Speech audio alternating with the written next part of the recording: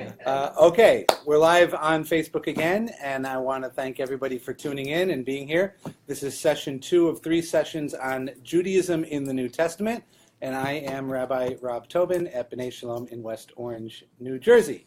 All right, that's it.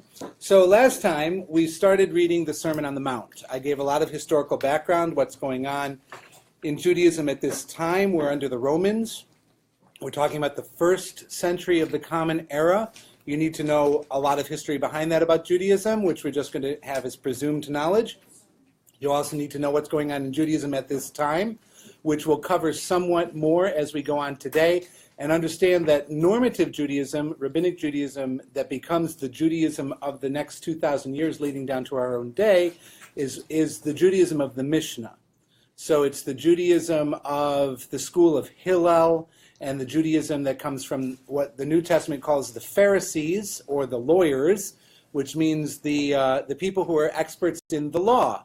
And the word law means Torah. That's when they say the law, they mean the Torah. We would mean the same thing when we refer to the law at this time.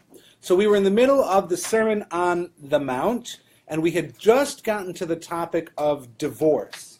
And the purpose of this study, and we're going to continue the Sermon on the Mount today, the purpose of this study is to start to see the parallels between these teachings of Jesus as recorded in the Synoptic Gospels, 4 of his 12 apostles, Matthew, Mark, Luke, and John, and how they present the teachings from Jesus' ministry out there in the countryside, and how they have this kind of running argument. And what we want to really come to a conclusion with today is, who is Jesus arguing with?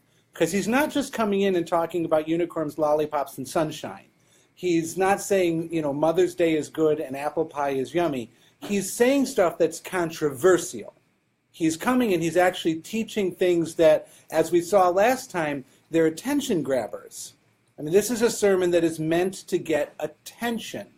And the way to do that in a Jewish milieu is to quote Judaism, stuff that everybody holds in common, and then to turn it.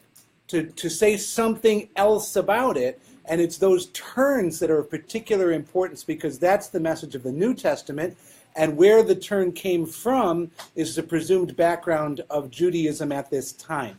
So when we can see where he does the turn, we can see where the picture of Judaism kind of stops, and the teaching that is really just the teaching of Jesus of Nazareth begins. And the pivot around those turns is where we can kind of draw the lines around what Judaism was according to this literature. Okay, fair enough?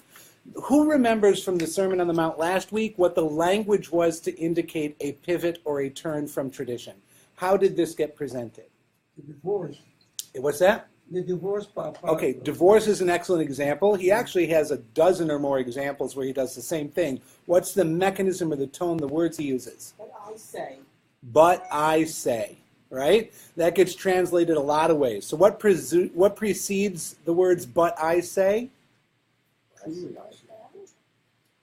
There's a pattern here I want to get in our heads. The Torah says, but I say. Okay, he never says the Torah says, although he really should. That's what he implies. That's what he quotes. There's no implication. It's like bimforash. It's straight up, absolute. He quotes the Torah.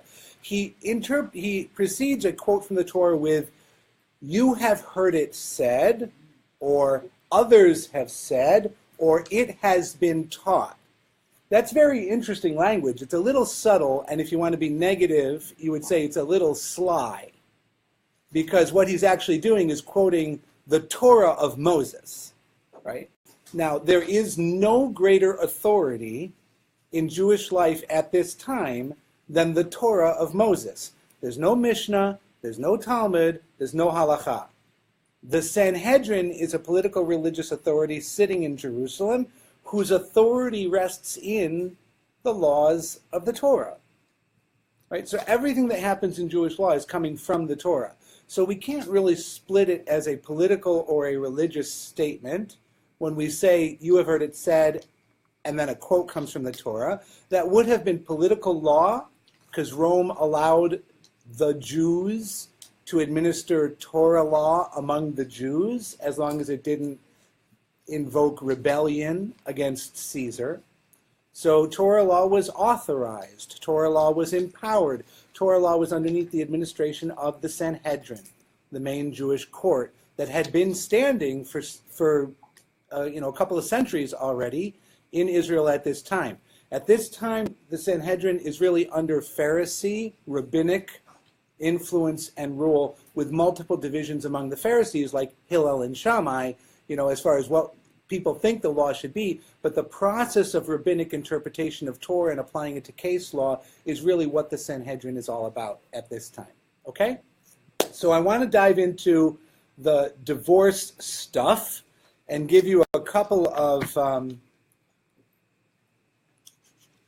got a phone ringing? Okay, everyone turn off your phones if you can. We'll have it back at 1:30. You can call anybody back. Okay, so if you look in chapter 5, verse 31, on the back of the first page in the handouts, and if you're following online and you want to Google Matthew 5:31, you can pull up this site. And I have a few extra copies I'm going to pass around. If anybody didn't bring their text from last week, here's some extra copies, pass them around. Please share. It's the same thing we handed out last week.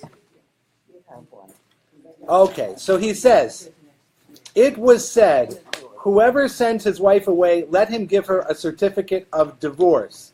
But I say to you that everyone who divorces his wife, except for the reason of unchastity, makes her commit adultery. And whoever marries a divorced woman commits adultery." End of quote. They're going around.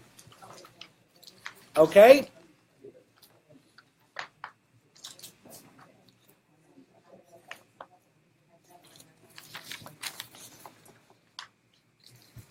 And who has a red book in front of them and wants to open up Deuteronomy 24:1?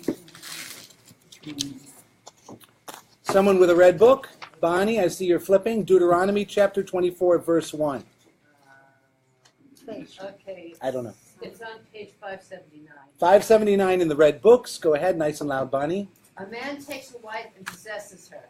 She fails to please him because he finds something obnoxious about her, and he writes her a bill of divorcement, hands it to her, and sends her away from his house. Pause. Okay, so Jesus quotes, "Whoever sends his wife away, let him give her a certificate of divorce." And Bonnie, what did it say? And he sends her away. Where's He hands it to her and sends her away. Read the whole writing, the whole verse. He writes her bill of divorcement, hands it to her, and sends her away from his house. She leaves his household and becomes the wife of another man. Okay, so Deuteronomy has more details. Jesus has given a summary. He's kind of flipped the order, but is it a faithful summary, what he says? Is it an accurate statement when he says, whoever sends his wife away, let him give her a certificate of divorce? Yes. That's a fair statement. We'll consider that to be an accurate quote of the Torah of Moses, right? Interpreted, preceded by a statement, "it was said," right? Which is a very low-level thing. I mean, if I say, you've heard people say, right, "Red at night, sailors delight. Red in the morning, sailors take warning." But I say to you, and then I'm going to give you some other authority about interpreting the weather, right? It's a setup to a straw man, right? When you say, you've just heard people say, there's not so much authority. But I say to you, everyone who divorces his wife except for unchastity makes her commit adultery. Okay, as opposed to the end here, and she shall what? She leaves his household, becomes the wife of another man. Ta-da! No problem, right? So that's an opposite conclusion, okay? Now, this is important because this is actually an active argument at the time between the schools of Hillel and Shammai, who are contemporaries to this time, okay? So I'm going to pass this out. Please share, one to every two. This is Tractate Gittin, chapter 9, Mishnah 10.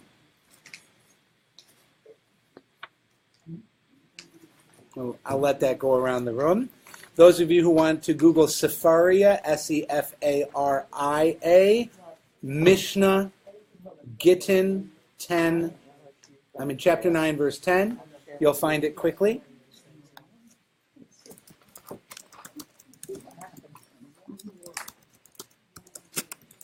Could someone please turn that phone off? The ringing phone, if the person next to you has it ringing and they don't know, let them know. Thank you. All right, very good. So, who would like to read the Mishnah? Do I have a volunteer? Nice and loud? Beit Shammai says a man may not divorce his wife unless he finds in her something unseemly, as it is written, because he has found some unseemly thing in her. Pause. Okay, so Beit Shammai interprets the same verse from Deuteronomy, and he says what? But Wait. Oh. Still interpreting Shammai. Is it okay to divorce? What does that mean? Doesn't say any reason. Beit Shammai says a man may not divorce his wife unless he finds something unseemly, which Bonnie read the translation from JPS. It said something obnoxious about her. I don't think that's a personality statement, although it might be. It's probably something physical, something repugnant, something that would get in the way of the mitzvah, be fruitful and multiply. In other words, the husband-wife's essential relationship is being made impossible here. They're not going to be able to reproduce because of some repugnancy in her that he sees. That's kind of how it's being interpreted by Shammai. Is that a very close reading of the Torah text by Shammai, or is that a loose reading? Very tight. I would say it's very tight. Very tight. He's going word by word in Deuteronomy and saying, therefore, if he hasn't found something truly obnoxious or repugnant, he may not divorce her. This is not free divorce from Shammai. So Jesus has said you may not divorce at all because you turn her into an adulterer. Presumably when she marries the next guy, which the Torah verse said she can do. Right? Shammai says, I'm not worried about that because obviously she can be divorced, but I'm going to tighten it up and say only if the condition of the Torah has been completely fulfilled. So it's a very tight reading. Only if the Torah condition is fulfilled may he then divorce her. So Shammai is actually outlawing divorce except in certain circumstance. Okay? Jesus is outlawing divorce completely. All right? Now, what is Hillel going to say? Go on. But then, Yes. Not completely. If she's unchaste, Jesus says. Okay, so there's a whole other verse in the Torah that if she commits adultery, she should be executed. So that's not really a divorce scenario, but he can accuse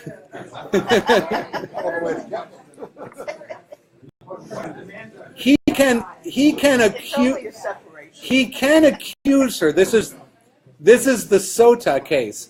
He can accuse her of unchastity, of being unfaithful, and then there's a court case and so forth, and she gets divorced before she gets executed so that her heirs do not inherit her ketubah, her marriage document.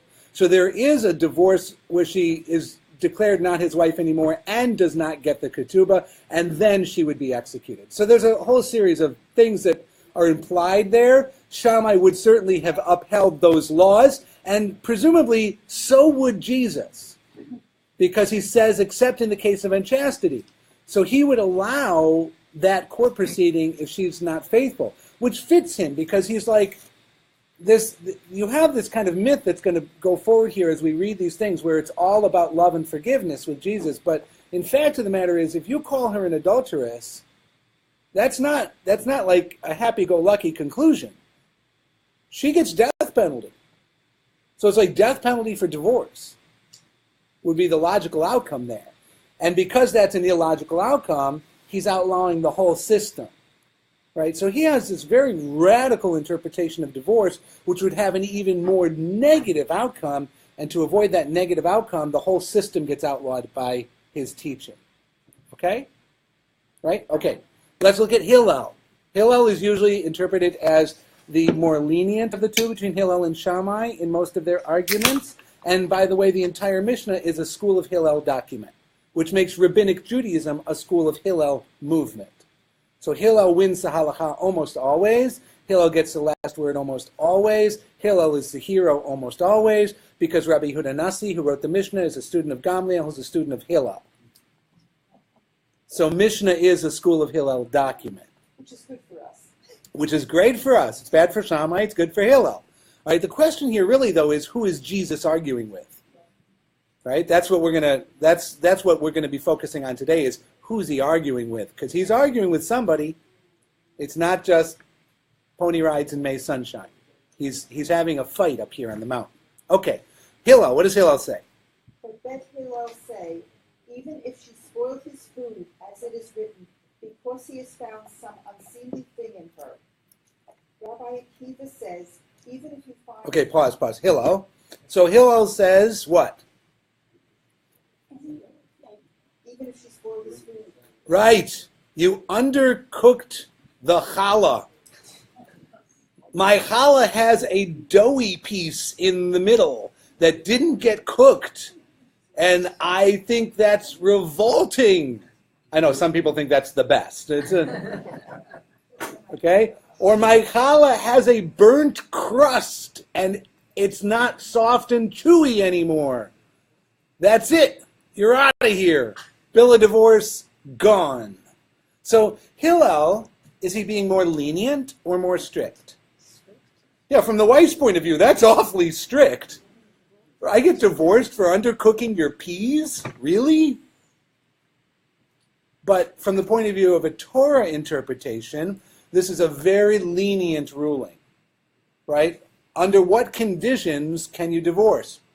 Really anything.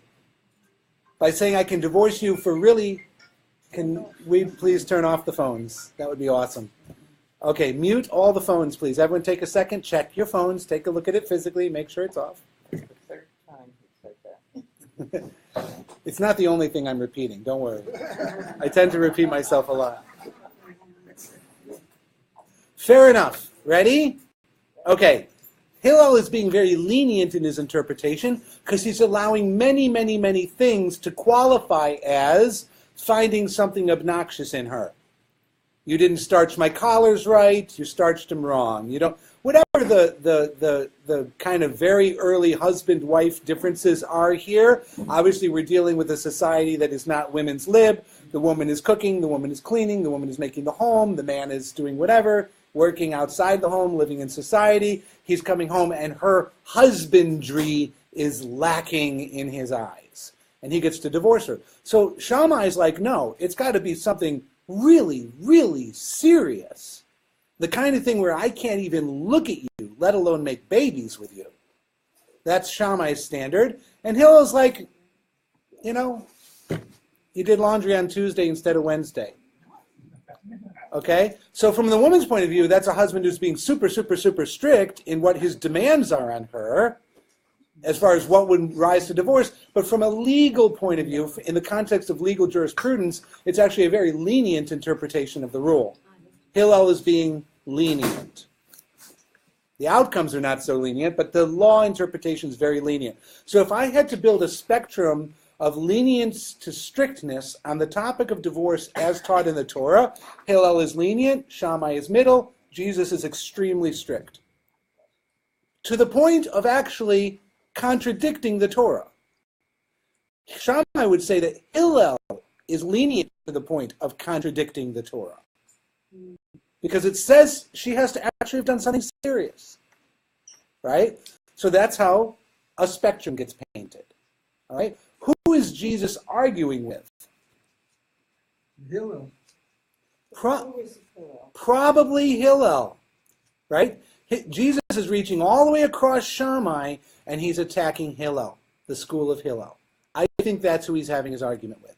And as we proceed this morning, I'm going to make that case stronger and stronger. That it's the Hillel school that he's taking on. And that's interesting for us because the Hillel school is the more lenient school. So when he makes strident arguments against Pharisees, lawyers, hypocrites, the Hillel school would be like, as long as you're talking about Shammai, we can get along. But if you're talking about Hillel, now wait a minute. Them's fighting words. Absolutely. There's no way Jesus is standing on a mountainside in the Galilee quoting Torah to a group of Jews on these topics without knowing darn well he's talking about the schools of Hillel and Shammai. But he doesn't quote them by name.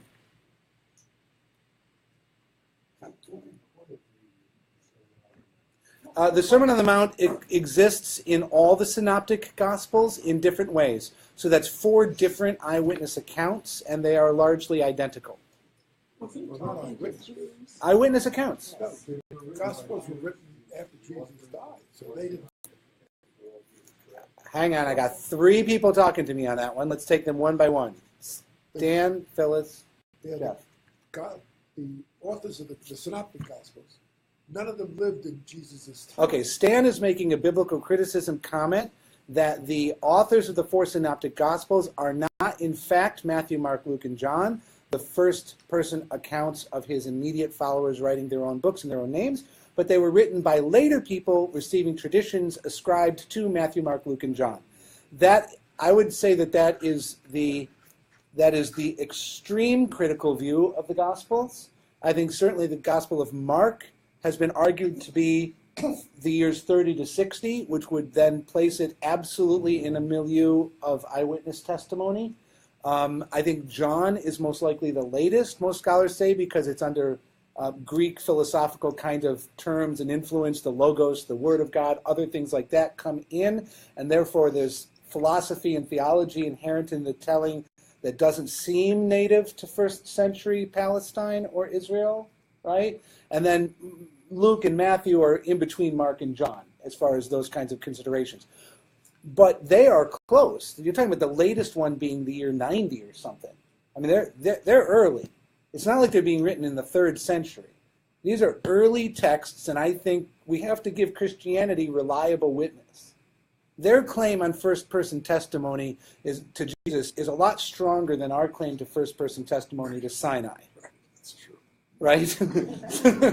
So when you're dealing with anybody's text, you're going to give them the benefit of the doubt for the sake of the conversation. Right? If we're going to unpack them completely and not let it be Jesus talking anymore, we might as well cancel the class. Right? Let's give them the benefit of the doubt. Christianity is understanding this as Jesus really talking and faithful, reliable testimony as to the kinds of things he said. Were the words crafted? Were they changed? Okay, sure. But essentially, you have broad agreement in the Synoptic Gospels coming from different times and places that these things were taught by this guy at this time. So that tells me that he knew Hillel and Shammai. He knew Hillel and Shammai. He knew their teachings. He knew those schools. He knew this was a hot topic, right? Divorce in first century Israel was a hot topic. It was in play. People were fighting about it, and it had practical outcomes in people's personal lives, right? What kind of a lawyer are you going to get? Which kind of state? Like when divorce laws are different, do you go to California to get divorced, or do you get stuck in New York State? For a long time, people would try and get divorced in other states because the laws were different, right? These things mattered. All right, so let's continue, because now we had Shammai, we had Hillel, and then interestingly, we're going to get a quote of Rabbi Akiva. Rabbi Akiva being earlier than Shammai and Hillel, and Hillel being really the student par excellence of Rabbi Akiva, right? As far as Hillel school, Akiva school, and the Mishnah is very much an Akiva document. So Akiva, Hillel, Mishnah is kind of a stream. So what is the quote from Akiva? The other way. Did I say it backwards? Hillel, Akiva. Did I say Akiva, Hillel? Yes. It's Hillel, Akiva. Take it over with anything. I can't. You guys are good. Hillel, Akiva, Mishnah. The point is Hillel, Akiva, Mishnah is one stream. Go. Rabbi Akiva says, even if he finds another more comely than her, as it is written, and it shall be if she finds no favor in his eyes. I didn't know that my wife was repugnant to me until I met Wonder Woman. And now I can't imagine being with anyone but Wonder Woman. Okay? Who ever heard of such a thing happening among men? Okay? All right? People are weak. People are no good. So, so Rabbi Akiva, is he more strict or more lenient? Lenient. Even more lenient. Basically, by the time you get to Akiva, you don't make people stay together if they don't both want to be together. Why would you want to be in a marriage with someone who doesn't love you? And Akiva says, let her out. Right? Yes. Unfortunately, at this level of Jewish law, a woman cannot sue for divorce. There are Talmudic passages and so forth that go on where she can say, he's abusive to me, he's mean to me, he's disgusting, he stinks, all kinds of things that make him unfit to be the father of my child, and I can't do be fruitful and multiply with him. And so therefore the Beit Din would then force him to give her the divorce, but it's still him giving her the divorce. Not really. You could have multiple wives, but not really. But you could keep burning his food.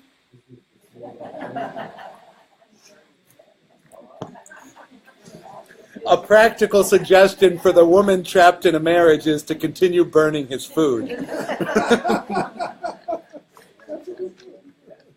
I'm sorry, Jeff, go ahead. Polygamy was allowed, but I wouldn't say it was common. Another question, authors of the four synoptic gospels. Yes. Are they all Jewish? Matthew, Mark, Luke, and John, were they all Jewish is the question.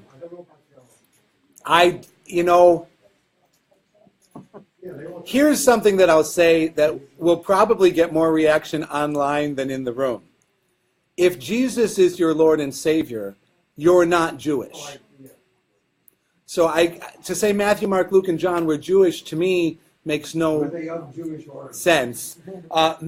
Yes, he finds them wandering the hills and streams of Israel, right? He recruits his apostles from the Jewish population of the land of Israel.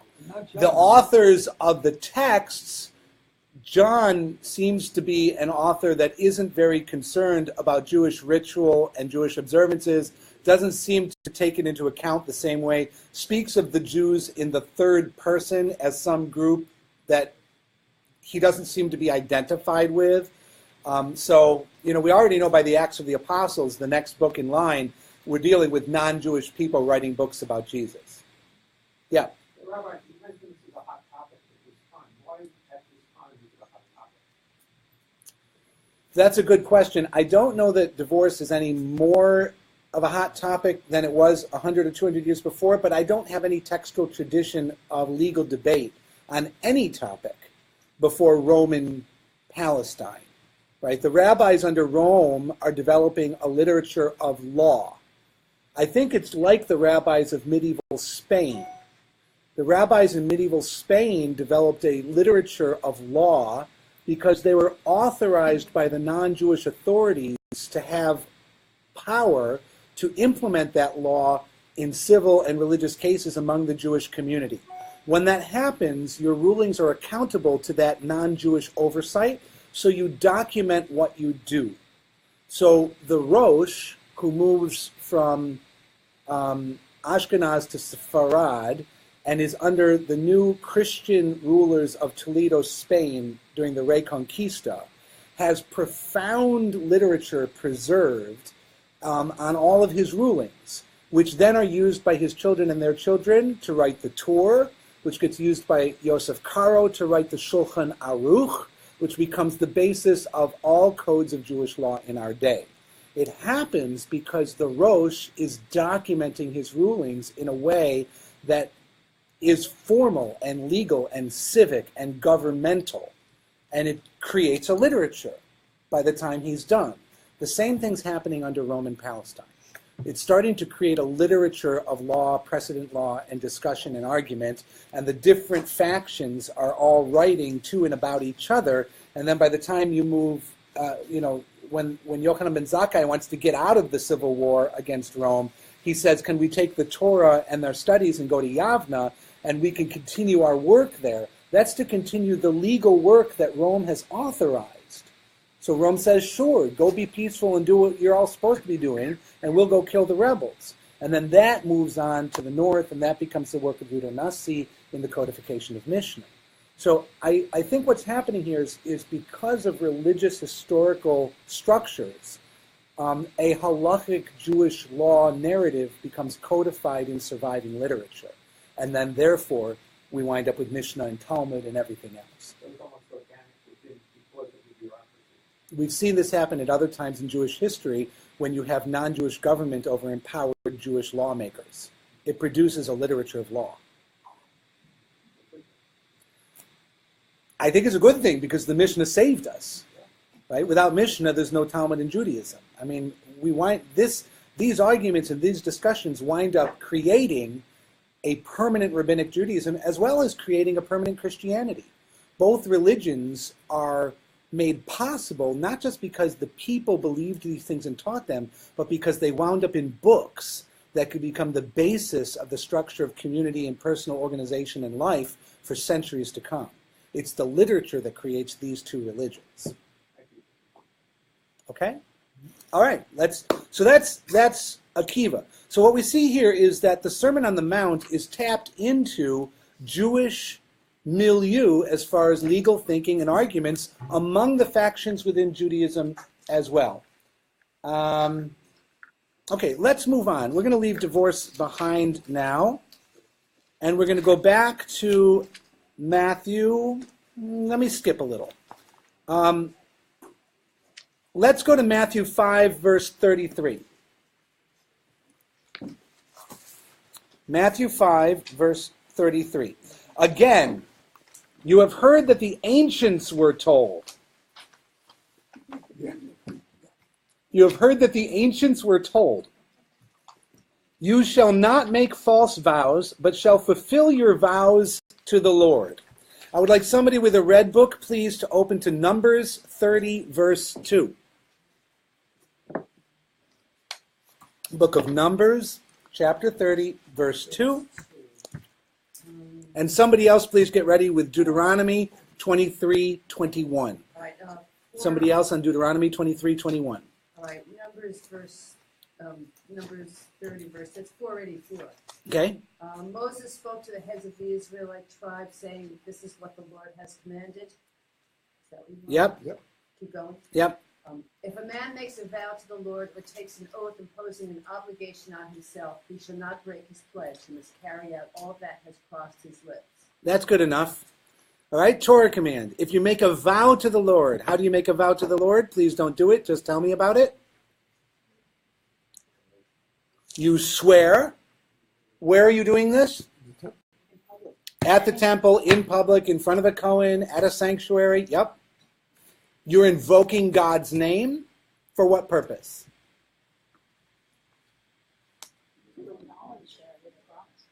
God's the one who's going to allow you to fulfill it or not, because God's in charge of our lives.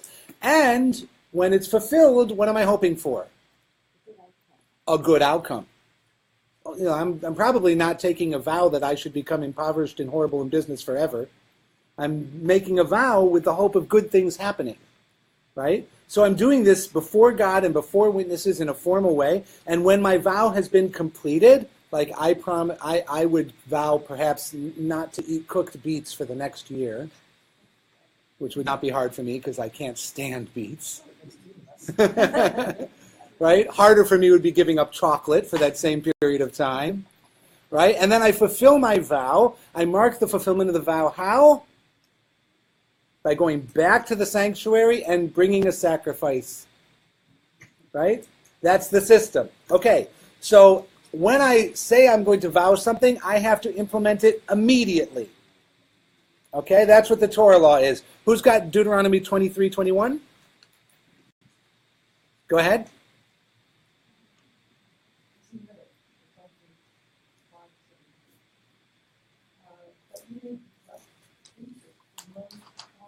Whoops, wrong. That doesn't sound right. 20. I don't think I said. I think I said 23, but I could be wrong.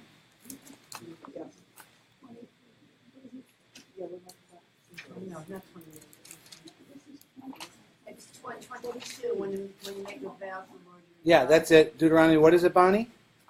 22, right? Okay, Page 24.4. just read it. Okay.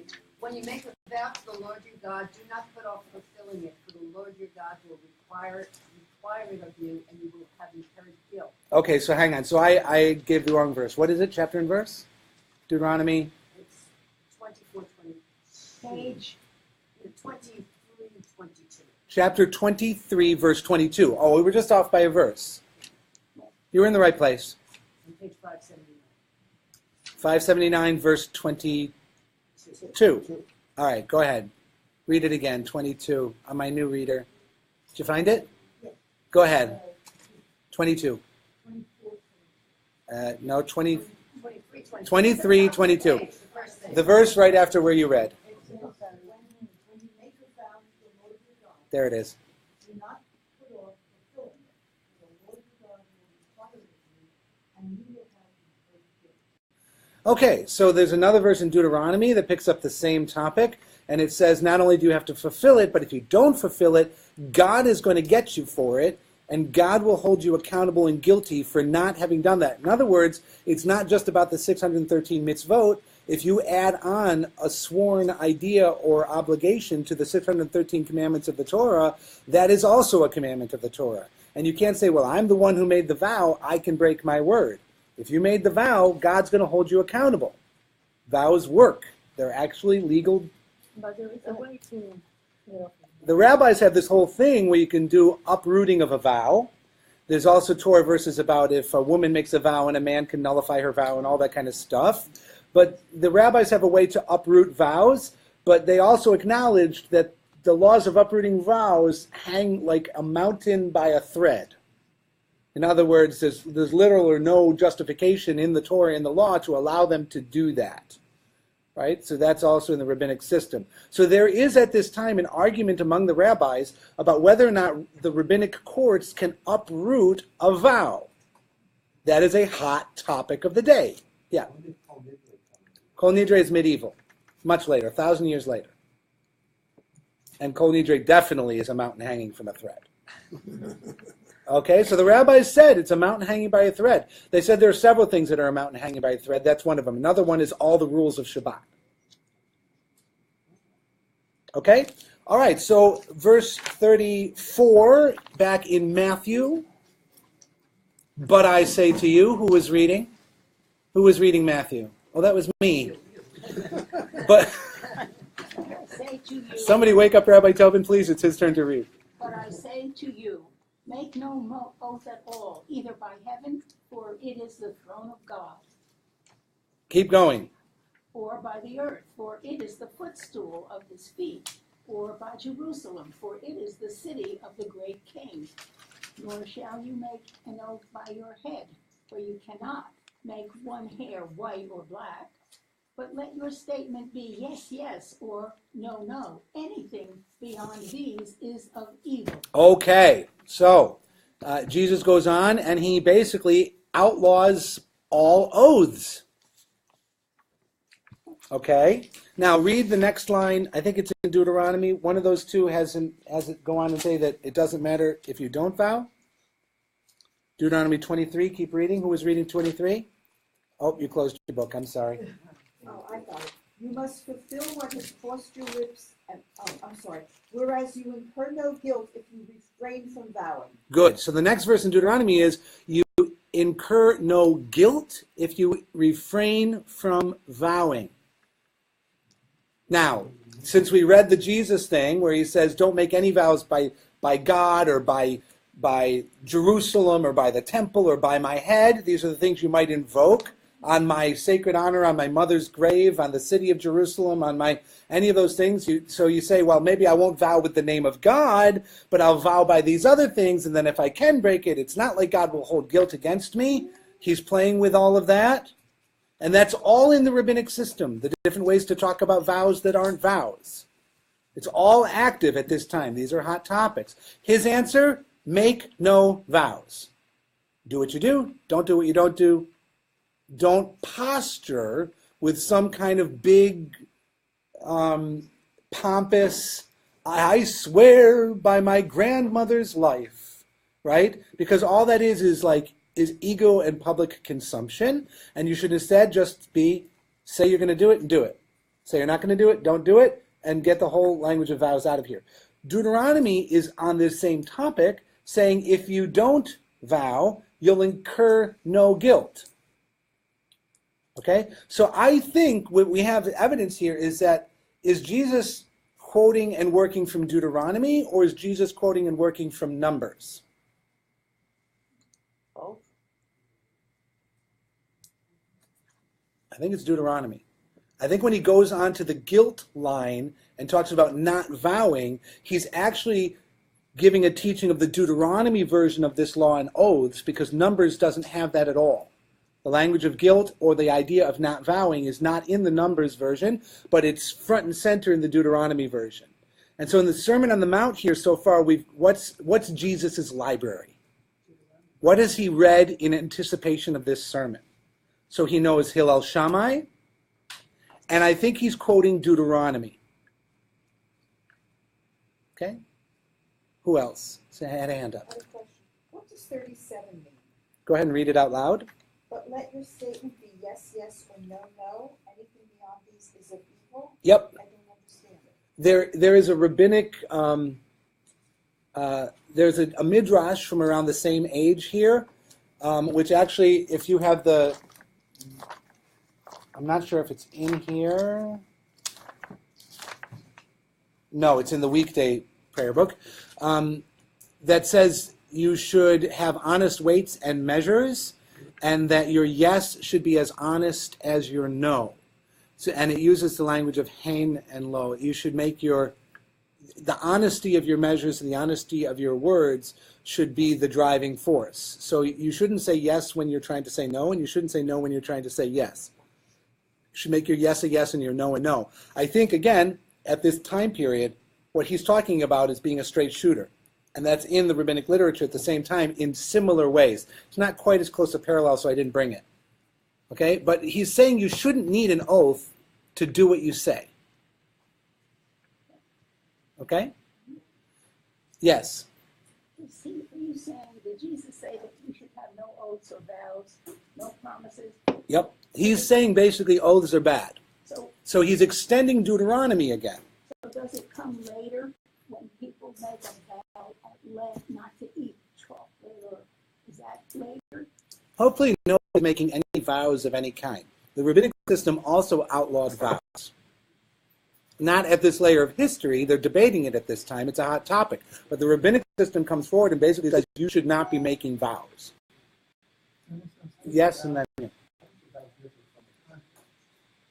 Well, a vow is sworn before God, and a contract is between two people. Yep. Vows in court is a suspended vow. Is that against the Christian religion? To make vow in court? Oh, to make a vow in court, is it against the Christian religion? I can't really speak for what Christianity does with their texts later on in society.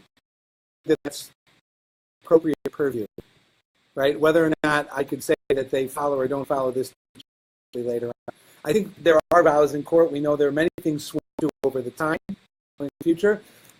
Whether that matches this or doesn't match this, I'm not an expert. I'm just comparing it to Judaism.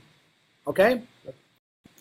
It strikes me that the two examples you covered so far, divorce and oaths, Jesus' view is not so radical.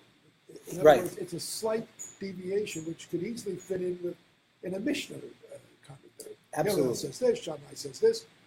Jesus says that? Jesus says this. Sure, I understand. So the comment is that Jesus' teachings and the examples that I'm giving are not so far removed from the Jewish Mishnah rabbinic views that are being expressed that it couldn't be imagined that he's in the same conversation with the same people. He'd get voted down, but be a part of that conversation.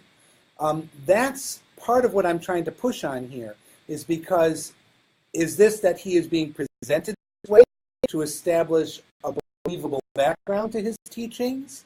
Or is that because he is in fact basically a radical Pharisee?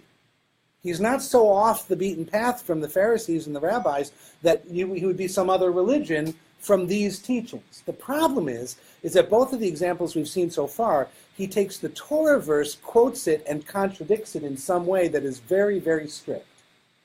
Right? Is it against the law to stay married? No, there's nothing in Judaism or the Torah that would say it's bad to stay married to your wife forever. Right? So not divorcing isn't a sin necessarily, but he is taking an extreme view.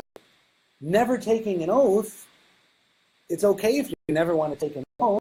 The Torah lets you take an oath. It's okay if you want to stay married. The Torah lets you get divorced.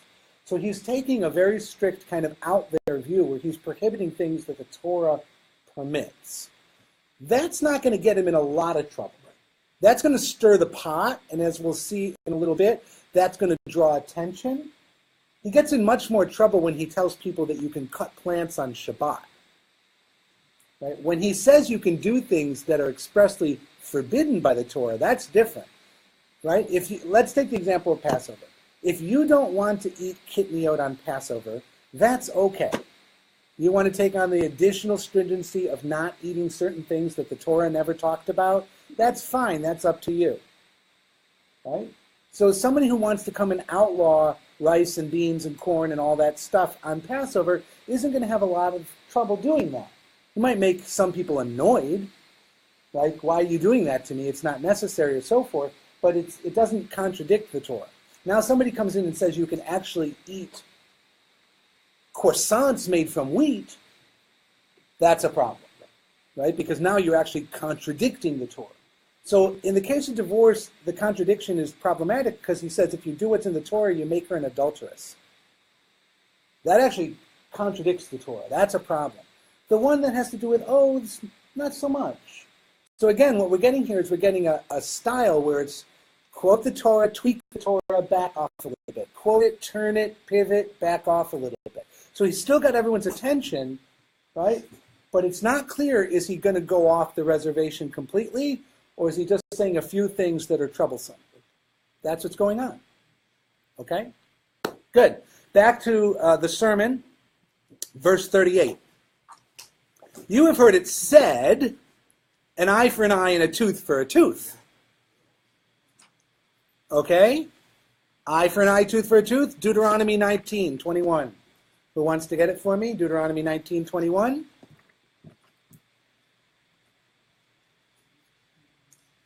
And many other places, by the way. Not just in that one verse. But go ahead. Go ahead, Bonnie. 19, just from the beginning of 21. If the land that the Lord your God is assigning you to possess, someone slain is found lying. No. Verse 21. Oh, verse 20. Oh, verse. Oh, I'm sorry. Chapter 19, verse 21. Anyone got it?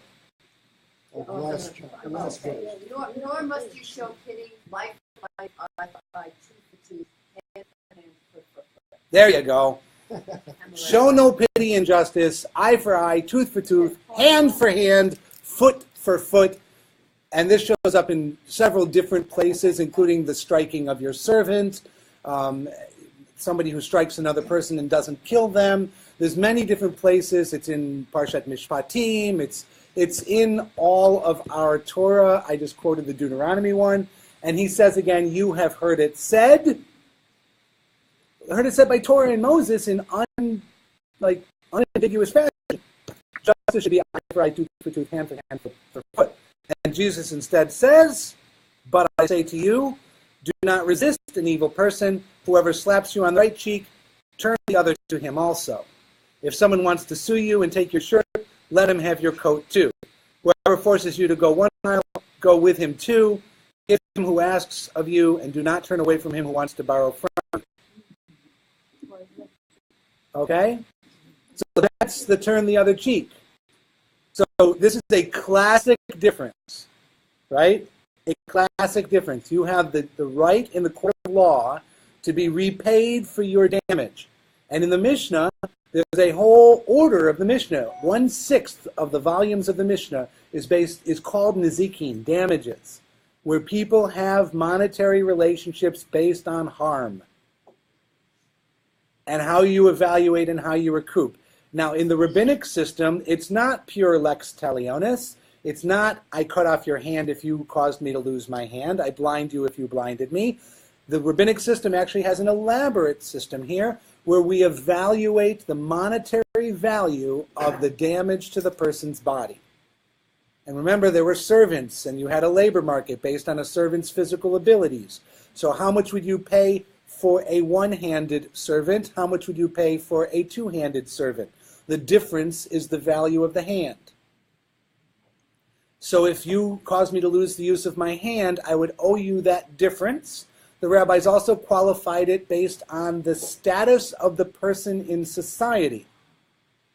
And they said the following: how much do you pay a person back for physical damage? And they say the amount that it would take for the person to willingly have that damage done to them.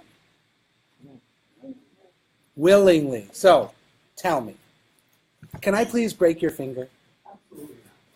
I'll give you $5. I'll give you $50. I'll give you $500, and it only has to be the little pinky on your weak hand. That's fine, because it's already broken. He said, that's fine, it's already broken. You see what I'm doing? So if you're willing, if I gave you $5 million, no joke, would you let me blind you in your left eye? $5 million. Stop. Think. 10 million. Cash on the barrelhead.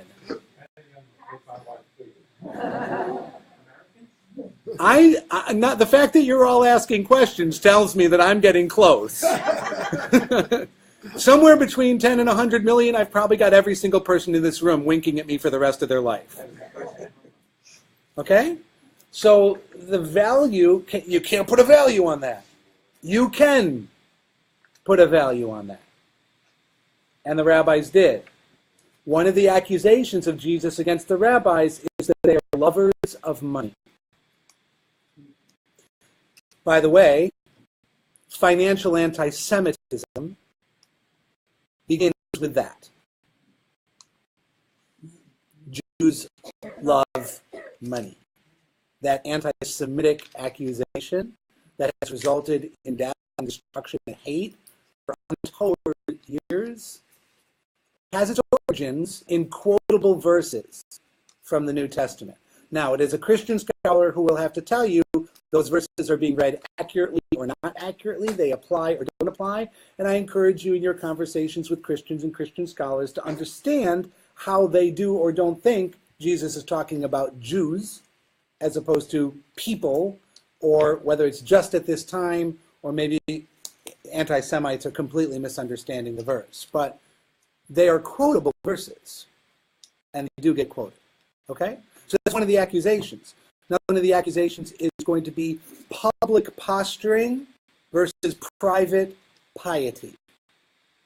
And the Pharisee is accused of public posturing in prayer as opposed to private posturing. Okay? I want you to now open the blue books in front of you. And we're going to start looking at Pirkei Avot.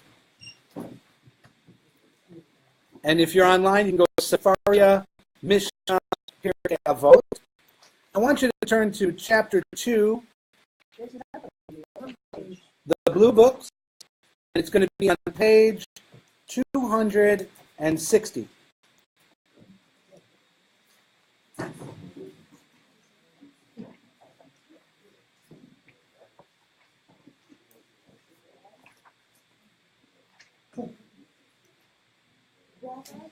Yes. There's something else I'm noticing about this, and that is every time he's talking about what was said or what you think now, it's always in the past tense, and he's always talking in the present tense. Yeah.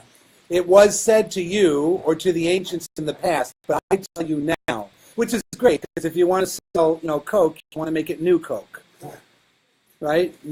Although with new Coke it failed miserably, But if you put new and improved or under new management on something, everyone's going to listen to you with a clean slate, and that's the mode of discourse that he's doing. There's the old, and now there's the me, right? The old and the me.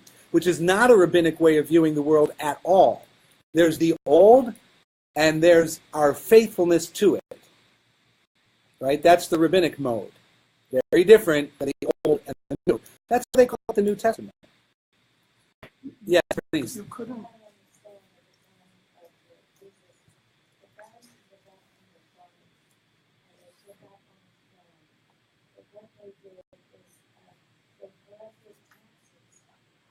For their body and gave it to the Romans. So the misconception of the Christians is that the Jews always want money and have money. But the reason that was a misconception simply because they had to collect taxes to give to the Romans.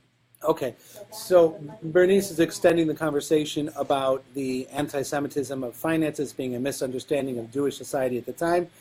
I don't want to repeat and everything onto the thing because it's a little off our topic and I need to move to the next one, okay? But Jews were farmers and they raised taxes for Caesar. That's correct.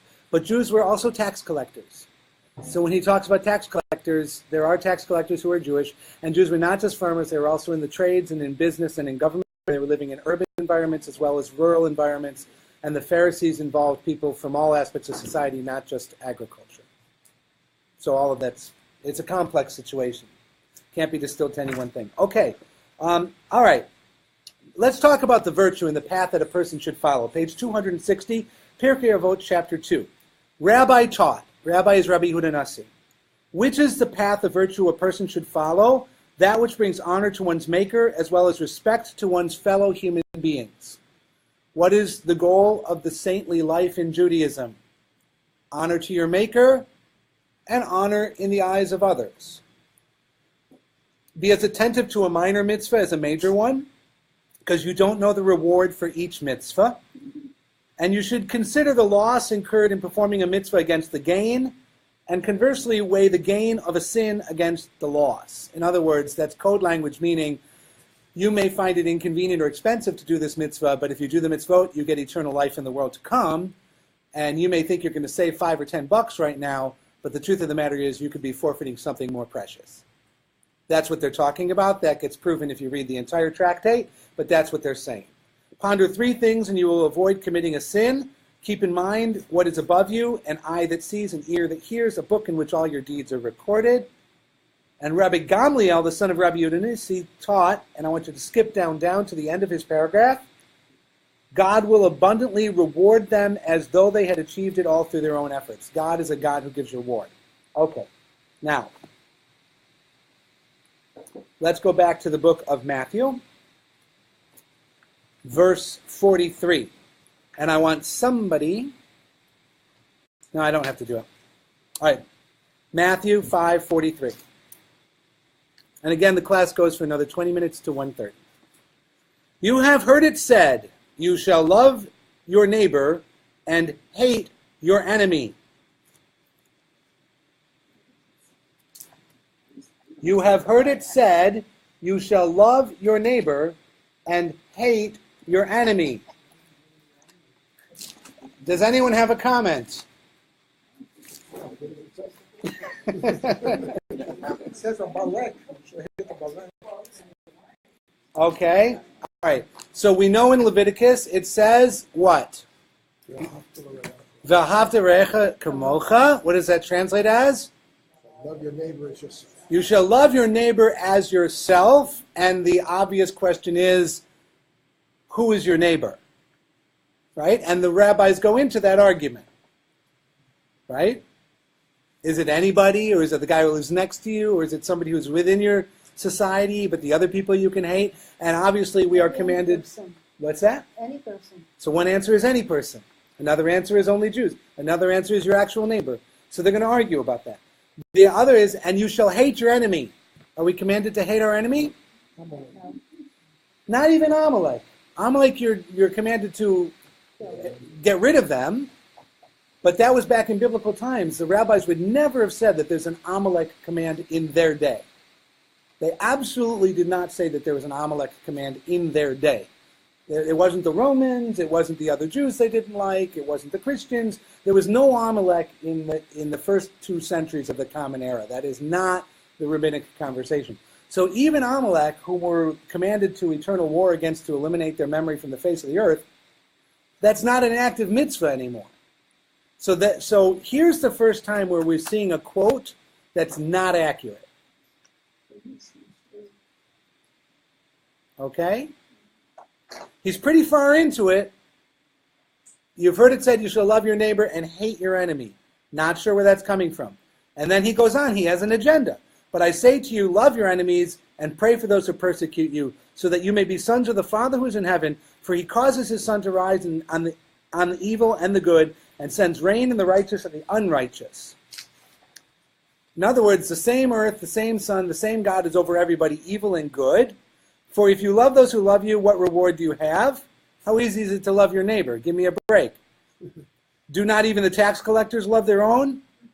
If you greet only your brothers, what more are you doing than the others? Do not even Gentiles do the same? Therefore you are to be perfect as your heavenly Father is perfect. Elsewhere in the quote, he has a place where he says, you have heard it said that you shall be perfect, for I am perfect. What's the quote from Leviticus?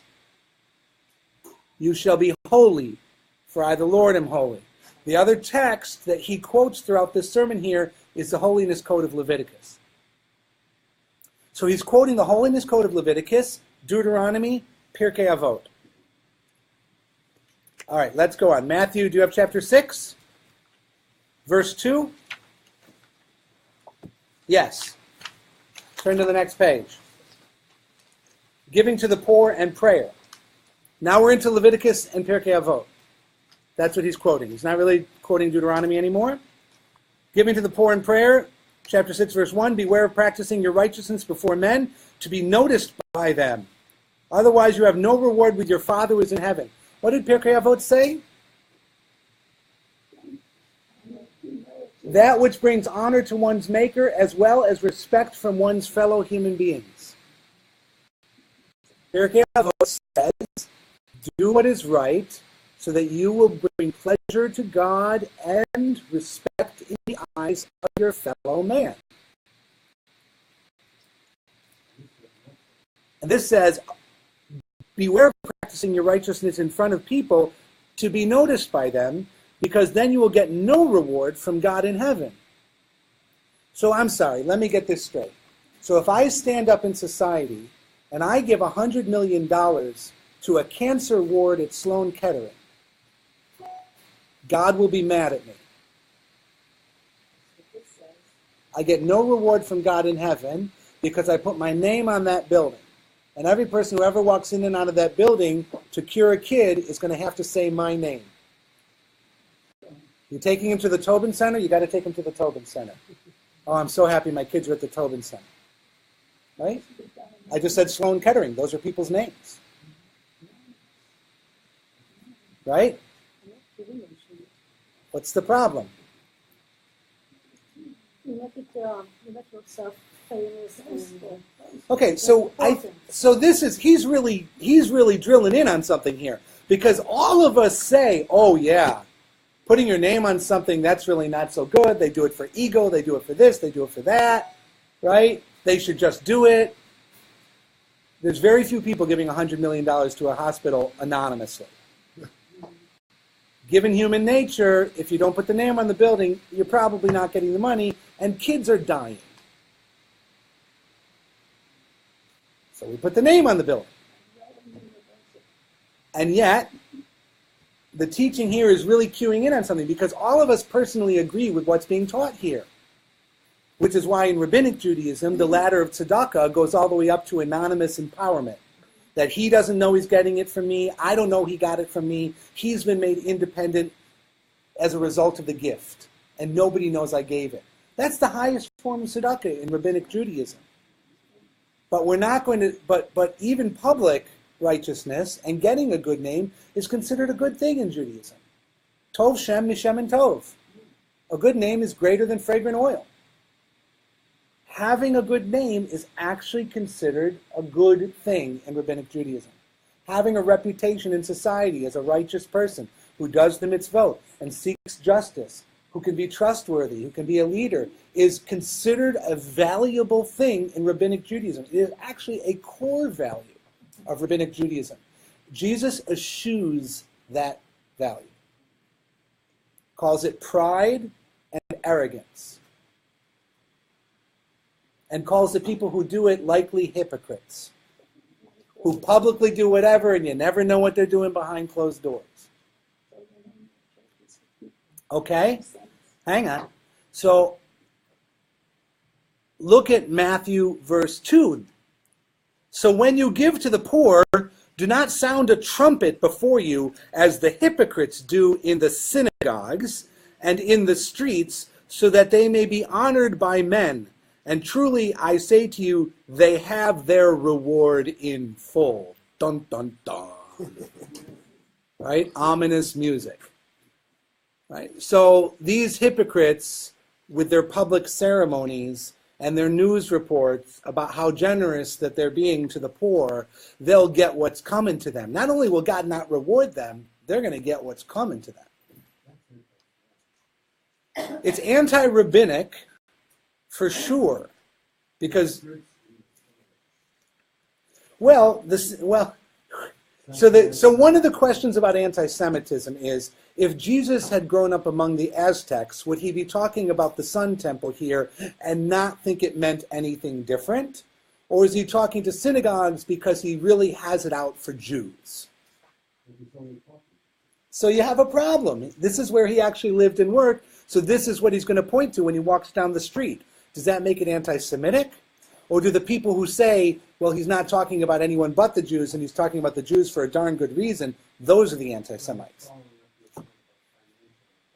Yeah? Okay. So he's now identified that he's arguing with the leaders of the synagogues. He's now identified himself. Okay? This is no longer a Sermon on the Mount, all kinds of people I'm talking to. He's actually pointing down the hill at the synagogue in Capernaum, which he can see from the hill he's standing on. And you can go visit it today. Right? That's where he is, that's what he's doing. He's now calling out the synagogues as the seat of hypocrisy.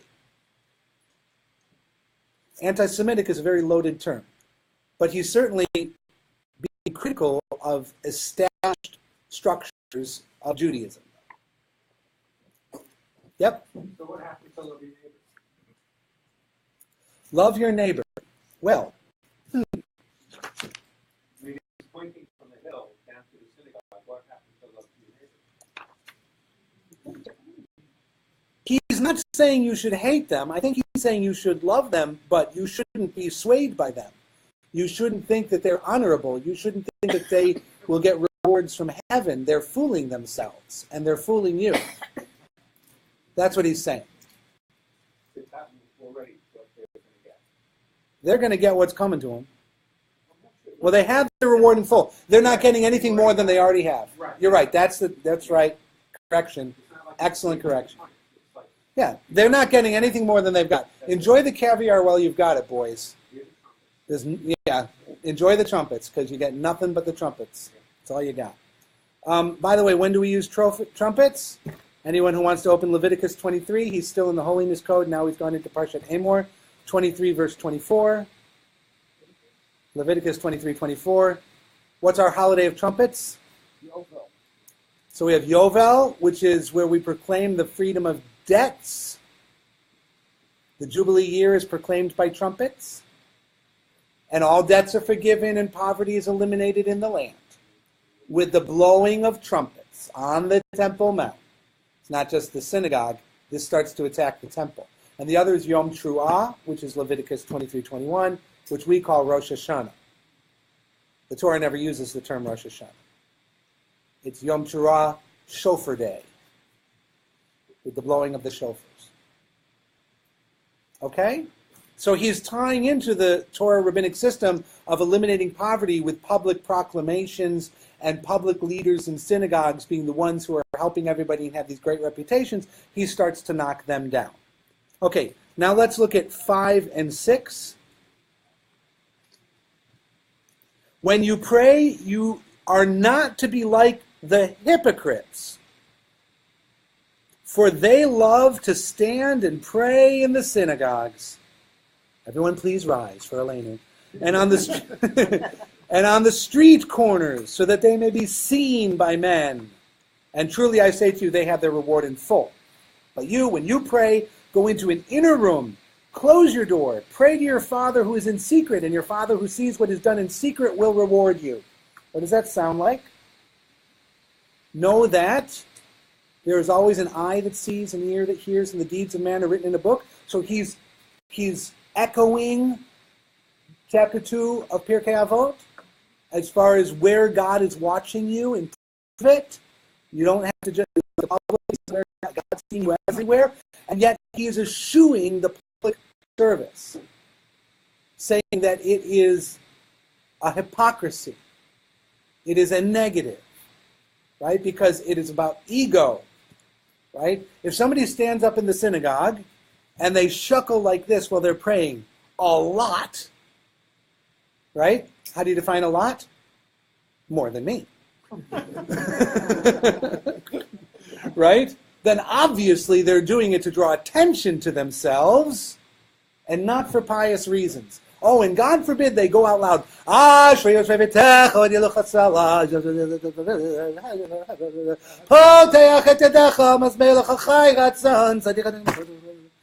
Right? Is that person being pious, or are they drawing attention to themselves? And he's tying into that. We all feel it, we all know it, but it's like the old George Carlin joke. Like, the roads are full of idiots and maniacs. Anyone slower than me is an idiot, and anyone faster than me is a maniac. Right? So this is very subjective, but it's tying into how people might feel. Now, who's he talking to? He's talking to the people who know the synagogues, have been in the synagogues, and are not there today. They're listening to this edge guy on the hill. It's the spirituality folks, right? It's the people questing. It's the people attracted to something other than the mainstream. He's given them what they want. When did the thing with the meaning come into being? Because this would contradict that. It says, go pray by yourself. Beautiful. Why don't you open, please, to Pirkei Avot, chapter 2, verse 13. Oh, no, 13. Verse 5. Chapter 2, verse 5. And read it out loud. Hillel taught, do not withdraw from the community. Do not be sure of yourself till the day of your death. Do not judge your fellows till you stand in their situation. Do not say it is not possible to understand this, for ultimately it will be understood. Do not say when I have leisure I will study, for you may never have leisure. Good. So, Hillel gives a classic rabbinic teaching about not withdrawing from the community and staying in the community. Don't be so sure of yourself until you've died. And staying in the community means living the Torah life and studying the Torah. This is the rabbinic creed. Don't separate from the community and put all your eggs in the basket of Torah. As opposed to, right?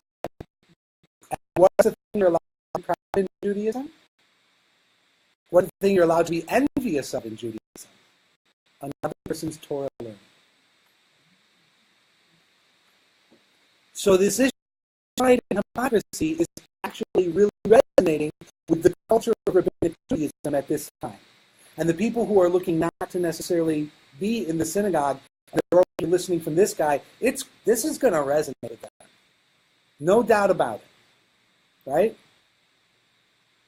People are going to start going to the lectures. Right? So people who want to minimize the teachings of Jesus and his popularity, I don't think that there's a realistic historical context in which you would say nobody ever heard of him and they made up the stories 50 years after he died, and they made him this guy who was a complete nobody, and they turned him into something else. I don't think he was a nobody. I don't know if 600,000 people were flocking to him in the streets of Jerusalem, but I think it's reasonable to say that these teachings in the marketplace of ideas at this time would have resonated with fair numbers of people in society. So I find it believable that people are coming to the lectures. Yeah. Wouldn't it also be alarming to the Jews to hear somebody say, go and pray God in privacy? was Moses saw God by himself, Abraham saw God by himself, and now Jesus is saying, you go pray by yourself. Right. The isolated figure of prayer is not a rabbinic theme. It's not valued at all. So when Hillel is saying don't withdraw from the community, and then Jesus of Nazareth, who I think is quoting chapter 2 of Pirkei Avot in several places here in this chapter, resonating in prophet, says you should isolate because otherwise you could be a pawn of hypocrisy and ego. I think he's arguing with Hillel. Not just Pirkei Avot, he's arguing with Hillel. And who did he argue with about divorce? Hillel. Who's he arguing with about community? Hillel. Let's get him again. Let's look at Matthew 6:7.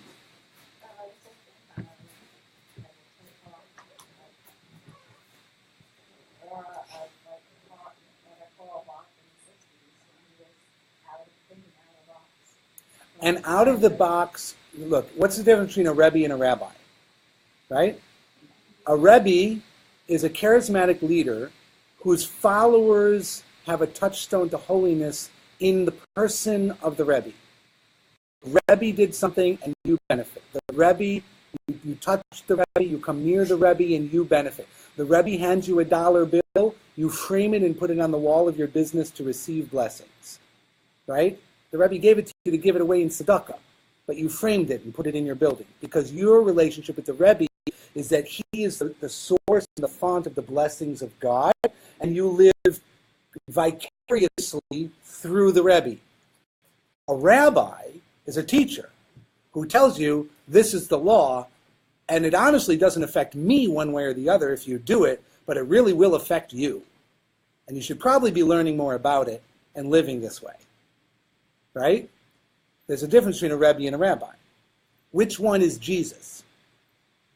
I always had a conversation, especially with my Jewish friends growing up, is that I respect what Jesus had to say. I don't think he was a rabbi, but I felt he was a very learning man. Yes. So he's functioning in a Rebbe model.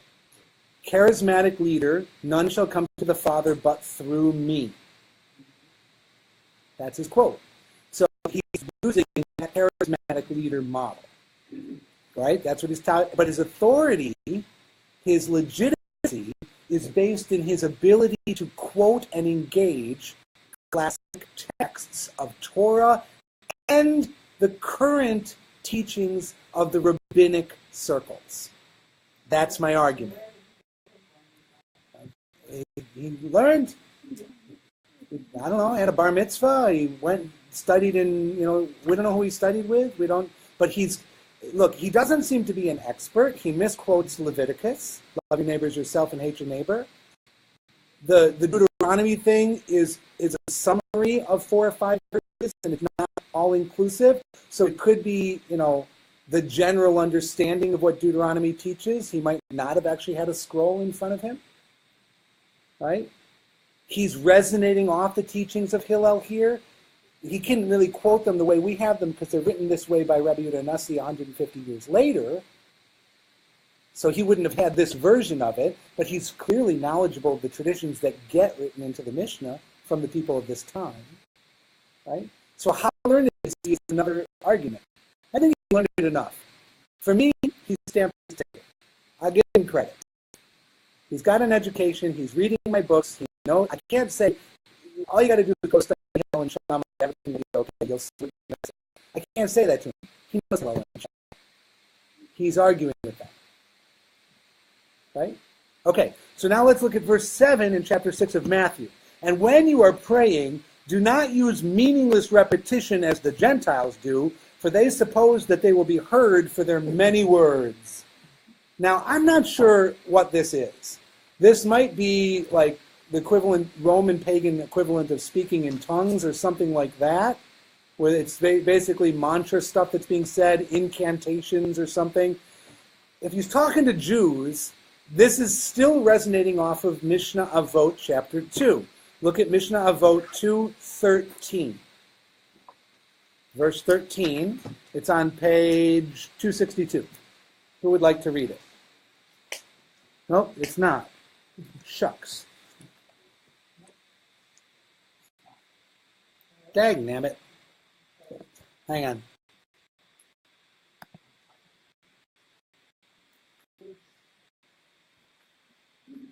I'll find it.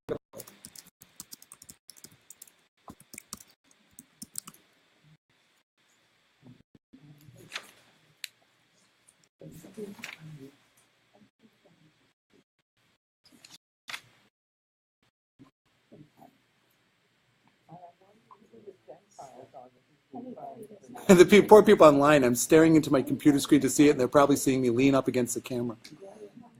Hi, everybody. 13. Well, according to Sepharia, it's chapter 2, 13. Rabbi Shimon says, be careful when reciting the Shema. Rabbi Shimon said 4 That's 18? Yeah. Okay, so we've just got the Mishnah's numbered differently in my sources. In the Siddur, page 263, chapter 2, verse 18, who shouted out? Just read it. Yeah. Nice and loud. Be careful when you recite the Shema and the Amidah. When reciting the Amidah, do not make your prayer a prescribed routine, but a plea for mercy and grace before God. As it is said, for God is gracious and merciful, patient and abounding in love, taking pity on evildoers. Do not regard yourself as an evil person. Okay, good. So, Rabbi Shimon taught, when praying the Amidah, don't say the same words every time. Uh-oh. This is why the printing press ruined religion. Because now that we all have the same book in our hands, we're all saying the same words every time, no matter what's in our hearts, no matter what's in our minds, no matter what's happening in our lives. So over and over again, the rabbi says, we rise for the silent Amidah, and then just in case you missed it, I make somebody do a repetition of each and every word, and God forbid they change a word or say a word wrong, we're going to correct them, or we're going to look at each other and say, that guy doesn't even know the Amidah. Right? As opposed to, you shouldn't be making your prayer fixed. Yes, there are certain lines of the Amidah you should say and say in this order, but there's a lot of room for personal prayer and expression in your Amidah. Add it in. You're saying a prayer for healing. Stop a moment in there and think about the person who needs it. You're saying a prayer for Justin. You're saying a prayer for Jerusalem this week. There's riots on the Temple Mount. Right? So let's include that in our prayer as we go. Take what's actually happening in your life, your heart, your mind, your soul, your family, life, and put it into your prayer for God's sake. Pray what's real. And the words. So you have here, don't make your prayers a fixed prayer. And then what does he say? He says, when you're praying, do not use meaningless repetition.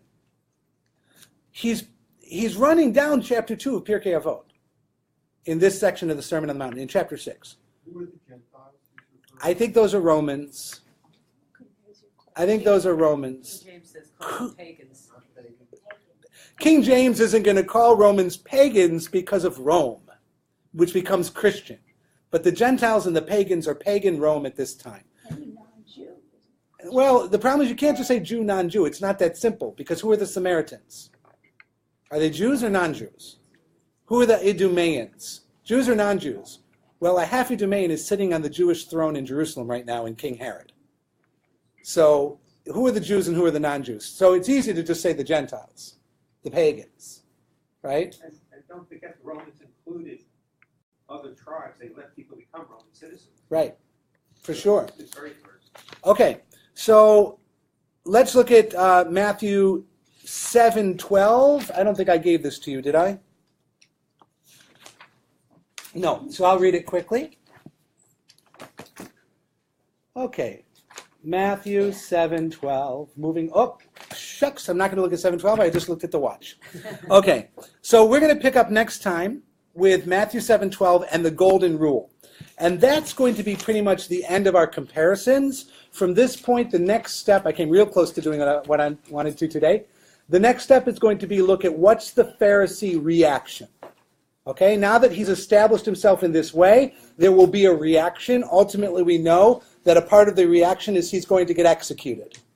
right? So the reaction is going to be severe and from multiple places. We're going to look at the rabbinic reaction and see how that reaction is presented in the Synoptic Gospels. And we're also then, once that's all finished, we're going to go through certain questions about what he taught, why he taught it, and how that relates to the Judaism as presented, and so forth. We're going to do a little thing on the holidays as well, which holidays show up and how, and why those are the holidays that show up. So next week we'll do the reaction, the trial of Jesus, the rabbinic accusations against him and how they're presented, and we'll be able to draw some summary conclusions about why his teachings were controversial, why they were rejected by Judaism of the day, and why they would probably still be rejected by Judaism today, and whether or not we think the Judaism that he's arguing with is an accurate portrayal of our ancestors at that time. Okay? Very good. Thank you, everyone.